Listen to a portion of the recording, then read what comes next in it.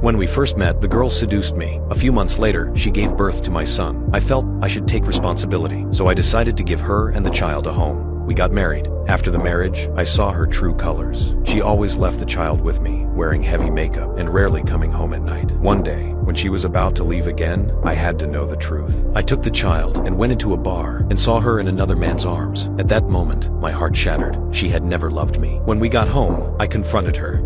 Is he even my son? You fool. Her coldness pierced through me like a knife. Anger took over. I pushed her away, she fell, and suddenly stopped breathing. My voice trembled as I called her name again and again, trying to wake her up. A drop of water fell on her head. Confused, I looked up and saw water leaking from the upstairs bathroom. Suddenly, I remembered something. I ran upstairs like a madman, but it was too late. That night, I lost both my wife and my child. At 25, I was convicted of murder and sentenced to 25 years in prison. 18 years later, I was hospitalized for appendicitis. During surgery, I escaped through a window. My leg was injured, and I was forced to take a boy hostage in a supermarket, making him take me to his mother. I needed her help to hide from the police. Seeing my blood-covered face, the woman clearly didn't want to help. I used her son as leverage and told her she had no choice. She finally gave in. We got in the car, and I made her drive us to her house. Police cars passed by, but she didn't call for help. I knew she was worried about her son. When we finally arrived at the house, I looked around at the cozy home. The boy asked about my leg, and I told him the truth. I got hurt jumping from the second floor of the hospital.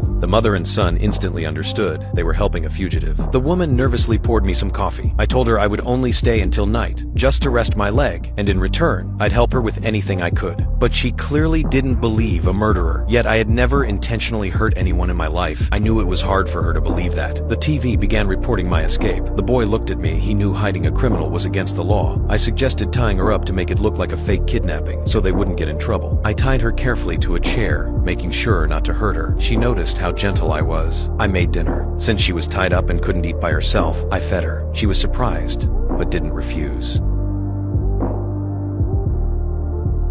As night fell, patrol cars were still nearby, so I had to stay until morning. I untied her, let her rest in her room, and slept in the living room myself. The next morning, I made breakfast. The boy stared at my photo in the newspaper. As I tried to explain, I don't blame you for wondering.